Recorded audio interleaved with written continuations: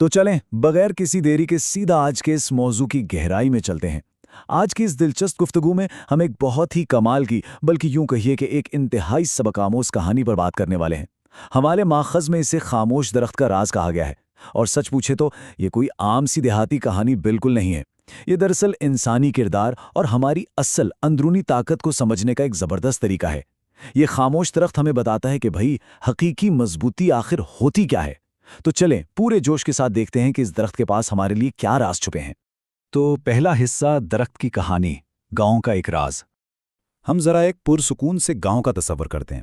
وہاں ایک بہت ہی پرانا دیو کامت قسم کا درخت موجود ہے۔ اب یہ درخت کوئی عام درخت نہیں تھا، یہ پورے گاؤں کے لیے ایک معمہ بنا ہوا تھا۔ کیوں؟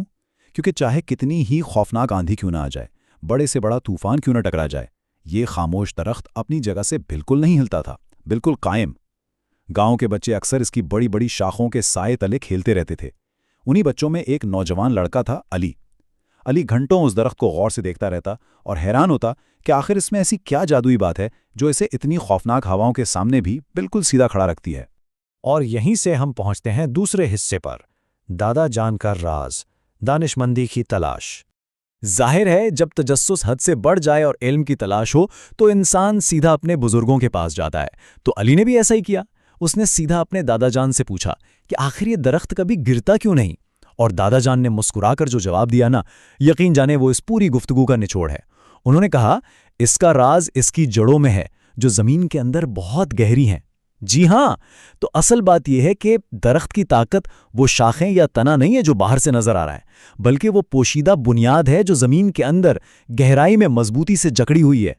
اب علی نے یہ بات سن تو لی، لیکن اس کا مطلب کچھ اور ہی نکال لیا۔ اس نے سوچا، اچھا اگر میں بھی مضبوط بننا چاہتا ہوں تو بس مجھے بھی اس درخت جیسا بننا ہوگا۔ یہ بڑی ہی معصومانہ سی سوچ تھی۔ وہ شاید یہ سمجھ رہا تھا کہ اسے بھی درخت کے تنے کی طرح بالکل سخت اور اگڑ کر کھڑا ہونا چاہیے۔ وہ ابھی تک ان جڑوں کی اصل اہمیت اور باطنی مضبوطی والے تصور کو پوری طرح سمجھ ہی نہیں پایا تھا۔ خیر، حالات ہمیشہ ایک جیسے تو نہیں رہتے۔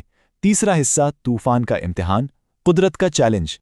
ہوا کچھ یوں کہ ایک دن گاؤں میں اچانک بغیر کسی وارننگ کے ایک زبردست اور انتہائی خوفناک طوفان آ گیا۔ ہوائیں اس قدر تیز تھیں کہ مت پوچھیں۔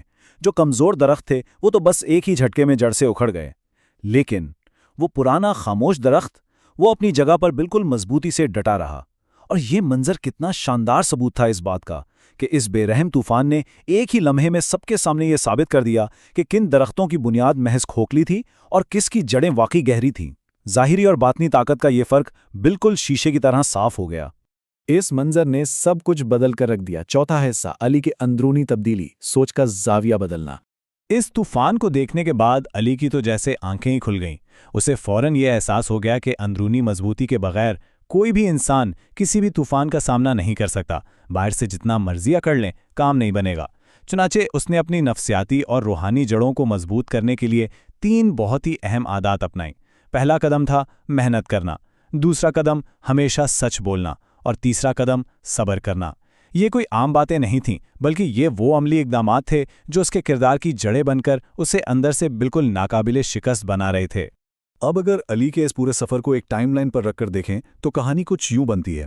طوفان والے دن، یعنی پہلے ہی دن، اسے اپنی غلطی کا بھرپور احساس ہو گیا۔ پھر اس نے 1 مہینے تک مسلسل ان عادات کو اپنی زندگی کا حصہ بنایا، وہی محنت، سچائی اور صبر۔ اور پھر کیا ہوا؟ 5 سال گزرنے کے بعد وہ گاؤں کا سب سے زیادہ سمجھدار اور سب سے مضبوط انسان بن کر ابھرا۔ یہ ارتقائی سفر ہمیں صاف بتاتا ہے کہ بھئی حقیقی مضبوطی کبھی بھی راتوں رات کوئی جادو کی چھڑی گھمانے سے نہیں آتی، بلکہ یہ تو مسلسل اور لگاتار کوشش کا نام ہے۔ تو چلیں اب ہم اس کہانی کے بالکل اصل نچوڑ کی طرف آتے ہیں۔ 5واں حصہ، اصل طاقت کا راز، بنیادی اسباق۔ اس ساری کہانی سے جو سب سے شاندار اور بڑی بات ہمارے سامنے آتی ہے وہ ہے اندرونی طاقت کی یہ زبردست تعریف۔ یہ اندرونی طاقت آخر ہے کیا؟ یہ محض ظاہری دکھاوے یا جسمانی ساخت کا نام نہیں ہے، بلکہ یہ اندر سے آنے والی اخلاقی اور جذباتی مضبوطی کا نام ہے۔ بالکل ویسے ہی جیسے ایک درخت کی جڑیں ہمیشہ زمین کے نیچے چھپی ہوتی ہیں، کسی انسان کی اصل طاقت اس کے اخلاق اور اس کے کردار میں چھپی ہوتی ہے۔ اگر کسی کا کردار اندر سے مضبوط ہے نا، تو باہر کے حالات کے طوفان اسے کبھی گرا نہیں سکتے۔ یہ بات تو بالکل طے ہے۔ تو اگر ہم ان حتمی اسباق کو سمیٹیں تو یہ بہت ہی سادہ مگر کمال کی طاقت رکھتے ہیں۔ پہلی بات،